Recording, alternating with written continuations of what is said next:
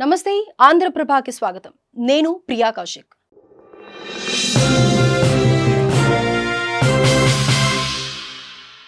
భారత్ పాకిస్తాన్ మధ్య దాడులు ప్రతి దాడులతో ఉద్రిక్త పరిస్థితులు నెలకొన్నాయి. దీన్ని ఎవరు కోరుకోకపోయినా యుద్ధం మొదలయ్యేందుకు మాత్రం పాకిస్తాన్ కారణమైంది. రాత్రి నుంచి ఇరు దేశాల మధ్య యుద్ధం కొనసాగుతోంది.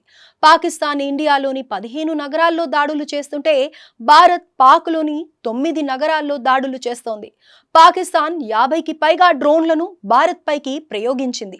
అయితే భారత్ దగ్గర S-400 అనే మిజైల్ డిఫెన్స్ సిస్టమ్ ఉంది. దీంతో భారత్ పాకిస్తాన్ నుంచి వస్తున్న మిజైళ్లను సమర్థవంతంగా తిప్పుకొడుతోంది. ఇదిలా ఉండగా పాక్ దాడులతో భారత్లో ఇప్పటివరకు ఎలాంటి ప్రాణ నష్టం కానీ ఆస్తి నష్టం కానీ జరగలేదని రక్షణ శాఖ స్పష్టం చేసింది.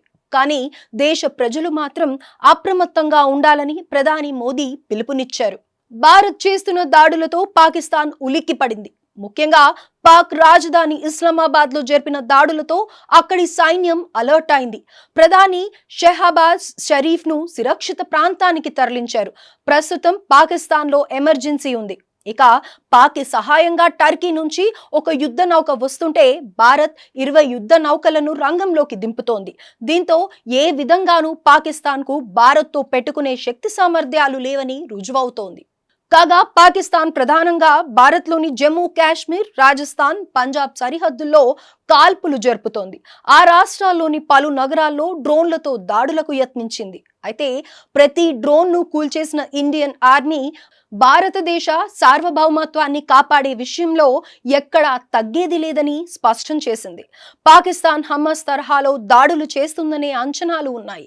ఇక లాహోర్, పెషావర్ సహా కీలక నగరాల్లో భారత్ దాడులు కొనసాగుతున్నాయి. ప్రధానంగా సరిహద్దుల్లో ఉండే లాహోర్ కి ఎక్కువ నష్టం జరిగినట్లు తెలుస్తోంది. మరోవైపు భారత్ పాక్ యుద్ధంలో తాము జోక్యం చేసుకునేది లేదని అగ్రరాజ్యం అమెరికా స్పష్టం చేసింది. 2 అణ్వాయుధ దేశాలు కాబట్టి ఇరు దేశాలు త్వరగానే యుద్ధానికి ముగింపు పలుకుతాయని ఆశిస్తున్నట్లు అమెరికా ఉపాధ్యక్షుడు జెడి వాన్స్ తెలిపారు. మరోవైపు ఈ వ్యవహారంలో మధ్యవర్తిత్వం వహించేందుకు తాను సిద్ధమేనని అమెరికా అధ్యక్షుడు డొనాల్డ్ ట్రంప్ తెలిపారు.